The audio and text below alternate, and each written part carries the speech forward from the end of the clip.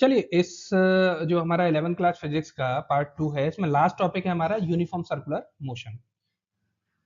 Uniform circular motion भी as important as projectile motion.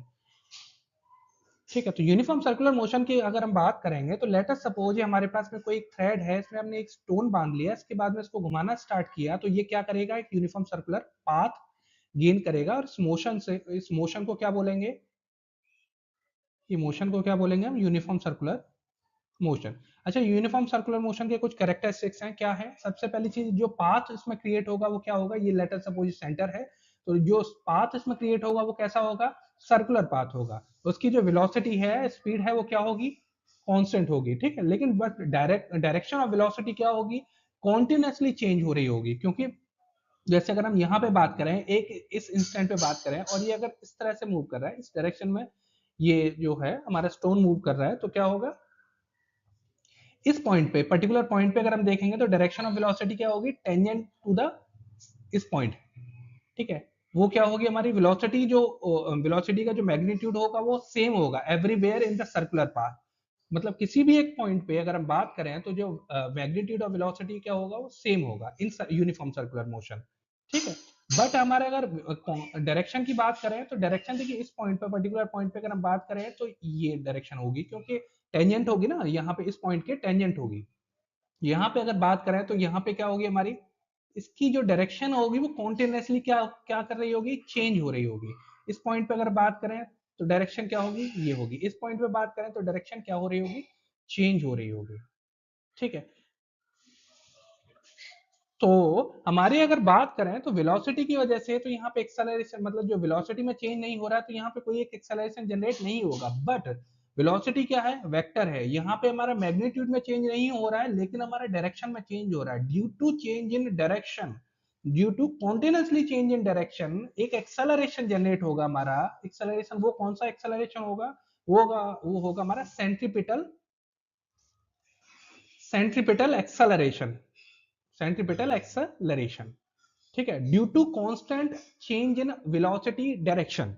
ठीक है, due to continuously change in direction of velocity, एक क्या generate होगा, हमारा एक्सेलरेशन जनरेट होगा। क्योंकि मैग्नीट्यूड की वजह से इसमें एक्सेलरेशन जनरेट नहीं होगा, but due to continuously change in direction of velocity एक एक्सेलरेशन जनरेट होगा। उसकी डायरेक्शन क्या होगी, उसकी डायरेक्शन होगी टुवर्ड्स सेंटर। ठीक है, किसी भी पॉइंट पे देखेंगे हम, ठीक है, यहां पे देखेंगे तो ये वेलोसिटी की डायरेक्शन है, ये किसकी डायरेक्शन है, सॉरी, ये है हमारा सेंटीपिटल एक्सेलरेशन, सेंटीपिटल एक्सेलरेशन। ठीक है, इसकी डायरेक्शन क्या होगी, टुवर्ड्स द सेंटर। ठीक है, यहाँ पे वेलोसिटी क्या है हमारी, कांस्टेंट है। एक्सेलरेशन का जो मैग्नीट्यूड होगा वो क्या होगा, वी स्क्वायर ओवर आर। ठीक है, आर क्या होगी यहाँ पे, radius of that circle, radius of that circle. V क्या होगी, वी क्या होगा यहाँ पे, magnitude of velocity, magnitude of velocity. ठीक है, आई होप आप समझ गए होंगे। नेक्स्ट आगे बढ़ते हैं। ठीक है, नेक्स्ट हम बात करते हैं कि इसकी एंगुलर वेलोसिटी क्या होगी। देखिए, डायरेक्शन ऑफ मोशन हमारा लेटर सपोज ये है, तो एंगुलर वेलोसिटी हमारी क्या होगी, v ओवर r। यहाँ पे v क्या है, हमारी लीनियर वेलोसिटी है, और r क्या है, हमारा रेडियस ऑफ सर्कल। ठीक है, रेडियस ऑफ सर्कल, जिस सर्कल में ये मूव हो रहा है। ठीक है, नेक्स्ट हमारा फ्रीक्वेंसी क्या होगी, 1/t। t क्या है यहाँ पे, टाइम पीरियड। टाइम पीरियड क्या होगा हमारा, 2πr ओवर v, जहां पे v क्या है, लीनियर वेलोसिटी, एंड r हमारा रेडियस ऑफ सर्कल। अच्छा, हम बात देखिए पिछली स्लाइड में भी कर रहे थे, क्योंकि मैंने इस पे बहुत ज्यादा जोर दिया था कि देखिए यहाँ पे अगर हम बात करें, कहीं पे भी अगर वेलोसिटी चेंज हो रही है, चेंज इन वेलोसिटी है, dv ओवर dt अगर हो रही है, तो क्या होगा, एक्सेलरेशन हो क्रिएट हो, मतलब एक्सेलरेशन जनरेट होगा। अगर एक्सेलरेशन हमारा है, एक्सेलरेशन अगर हमारा है तो क्या होगा, according to Newton second law, resultant external force क्या होगा, मास इनटू एक्सेलरेशन। जहां पे एक्सेलरेशन में चेंज हो रहा है, वहां पे क्या होगा, एक फोर्स जरूर जनरेट हो रहा होगा। ठीक है, फोर्स अगर हमारा जनरेट हो रहा है, उसकी वजह से वेलोसिटी या एक्सेलरेशन नहीं आएगा, लेकिन अगर हमारा वेलोसिटी में चेंज हो रहा है तो एक्सेलरेशन में चेंज होगा।